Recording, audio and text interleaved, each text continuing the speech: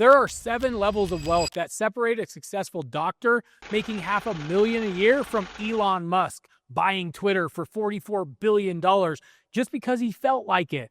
And the difference between each level is not just more money, it's a completely different game. Today, I'm breaking down all 7 levels so you can see exactly what separates the grinder from the titan. But before we dive in, if you want to grow your wealth without trading your time for money, I have a free training that teaches you how to build digital assets that generate income whether you're working or not. I call it digital leasing, guys. I'm making over $41,000 a month with this, and my students are using it to create financial freedom. Some at $2,000 a month, some at $6,000 a month, some scaling past that. The training is completely free, and the link is in the description. Now look, what you're about to see isn't just about net worth. It's about understanding the fundamental difference between someone who makes great money and somebody who shapes entire industries. Each level operates by completely different rules, and once you see the pattern, you'll never look at wealth the same way again. Let me break it down for you. Level 1, the grinder. These are the people who look successful by every traditional measure, right? They're making great money, living in nice houses, driving nice cars. We're talking about doctors, right? Making $400,000 a year, or attorneys pulling in $500,000 as partners at a law firm, right? Or corporate executives with $300,000 a year salaries plus bonuses, right? Small business owners even doing $1.5 million in revenue with their restaurant or their dental practices. By society standards, these people have made it. But here's the trap. Every dollar they make is directly tied to them showing up and doing the work. The surgeon has to perform the surgery. The lawyer has to bill the hours. The restaurant owner has to manage operations 70 hours a week. If they stop working, the money stops coming in, period. They've got savings, right? Maybe some investments, maybe even a little bit of real estate. But the primary income engine, that's them trading their time and expertise for money, right? And here's why this is the first level of real wealth. It feels like success because the numbers look good. You can afford the lifestyle, right? You can take vacations, although you're checking email the whole freaking time. But you're capped. You can't scale past the number of hours you can work or the number of clients you can personally serve. The grinder has some leverage, but everything depends on them showing up. This is the highest level of trading time for money, and most people spend their entire lives here thinking they've won when really they're just stuck in a very expensive hamster wheel. Level 2, the entrepreneur. This is where you're transitioning from being a high-paid worker to being somebody who's actually built something.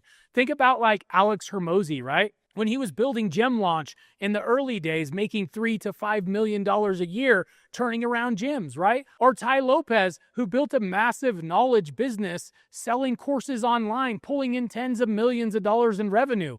Here's what separates the entrepreneur from the grinder, though. The entrepreneur has built something beyond just their personal output, right? They've created systems and frameworks that other people can execute for them.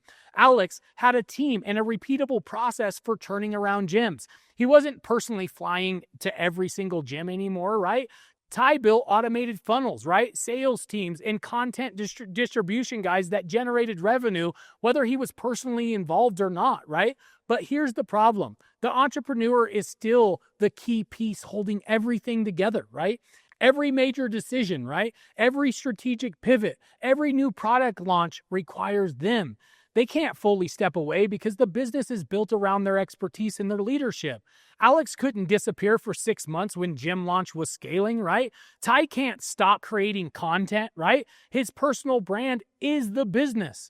The entrepreneur has leverage, guys, but they're still the primary asset. They're making anywhere from $1 million to $10 million a year with real teams and real systems, but they're still operationally involved in a way that limits true freedom for themselves. So as an entrepreneur, you've built something, but you can't leave it. Level number 3, the business builder. This is where people like Grant Cardone or Gary Vaynerchuk or Russell Brunson, they operate at, right? These guys have built real companies with systems, leadership, teams, and infrastructure that can operate without them being there every single day. Grant built Cardone Enterprises into a sales training powerhouse and real estate empire, managing thousands of units with hundreds of employees, right? Gary scaled Vanner Media into a massive agency with over 1,000 employees, guys, serving Fortune 500 clients, right? Russell built ClickFunnels. Everybody knows him. And he built it into a software company generating tens of millions in annual recurring revenue with a full team running operations, right? But here's what defines the business builder.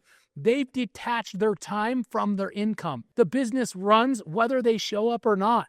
They could take a month off and the company would keep printing money because the systems and the team are all in place.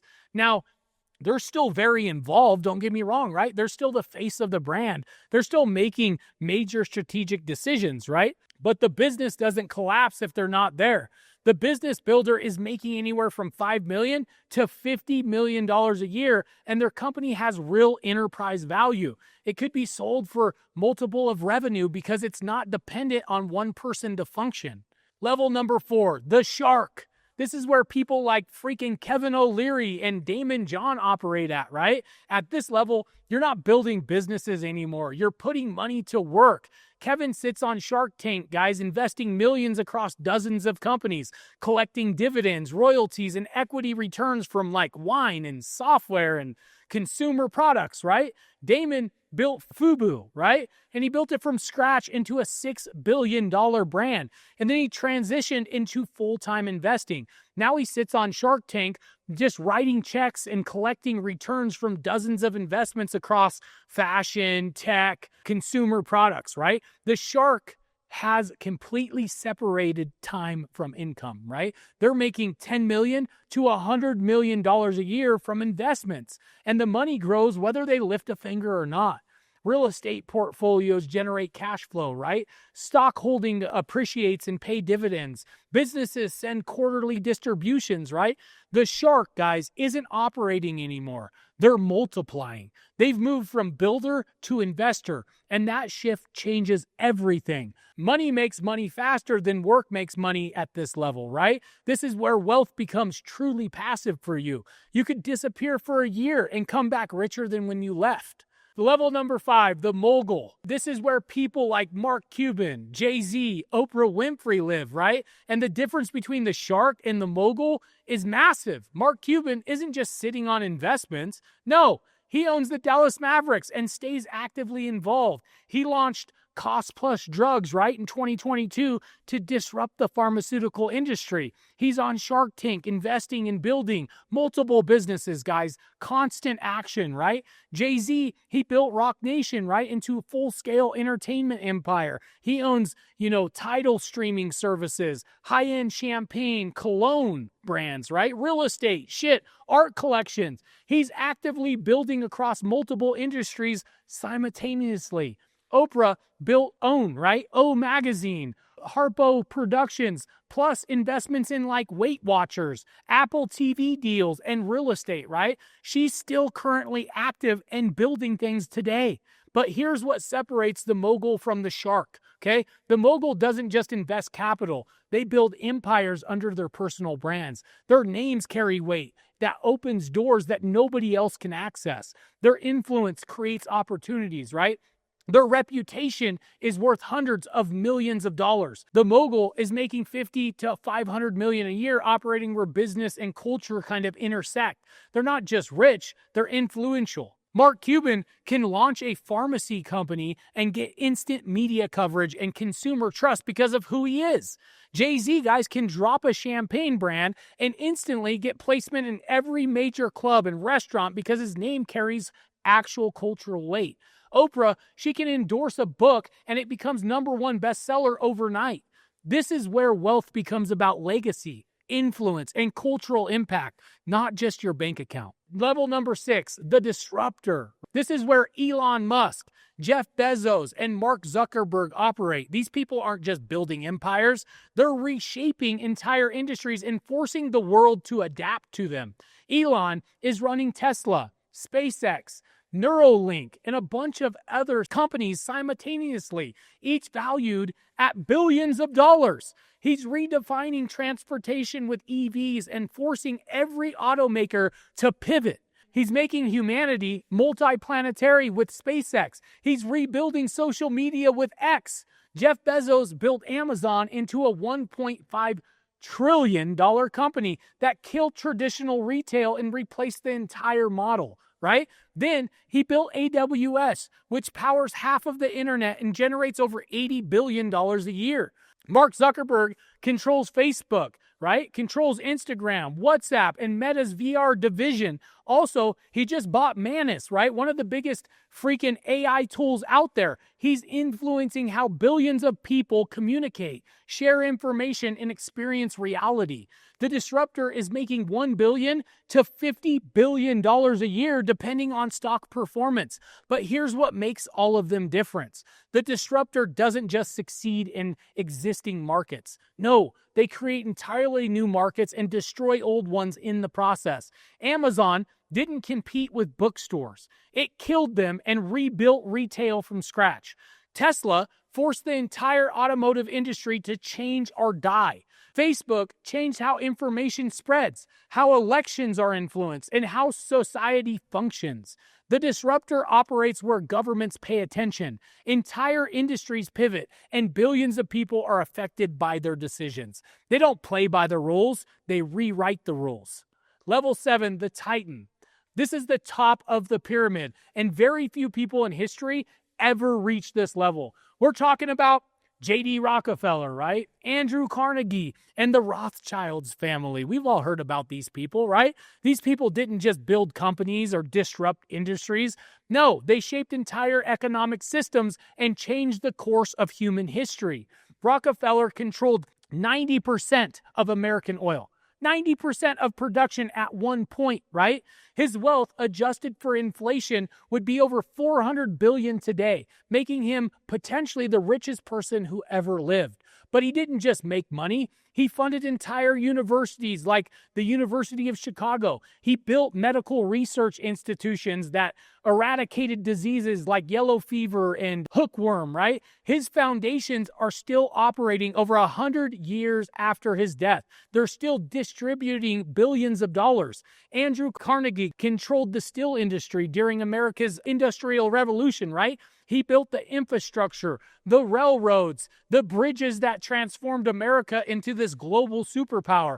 Then he gave away 90% of his fortune. He built over 2,500 public libraries across America. He founded Carnegie Mellon University, right? He created institutions that shaped education and culture for generations to come. The Rothschild family financed governments, guys, and wars across Europe for centuries. They controlled banking systems. They determined which nations could fund their armies and which ones couldn't, right? Their influence on global finance is still felt today, 200 years later. The Titan isn't measured by annual income anymore. They're measured by historical impact. These are the people whose decisions shaped nations, whose wealth created institutions that outlived them by centuries, and whose names are still recognized and studied hundreds of years later. At this level, it's not about money, it's about immortality through impact. The Titan built something so massive, so influential, so foundational that removing them from history would fundamentally change civilization itself. Now, here's what you need to understand about these levels. The progression isn't just about making more money. It's about leverage, right? Influence and detachment. Each level requires a fundamental mind shift, right? Not just more hours or a better strategy, guys. You can't think like a grinder and operate like a shark. These rules of the game are completely different in each level. Understanding these levels isn't just about admiring success either. It's about recognizing the pattern of how leverage compounds and how influence multiplies. Look, most people will never get past the grinder or the entrepreneur level. Not because they can't, but because they never learn how to build real leverage. They stay stuck trading time for money, even when they're making great money doing it.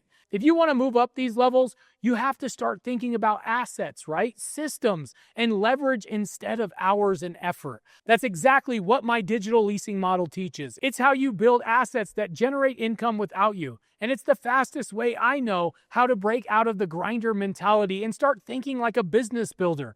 The training walks you through exactly how to do this. It's the same model I've used to build over $41,000 a month in passive revenue. It's completely free. The link is down in the description. So stop trading your time for money and let's go build something that lasts.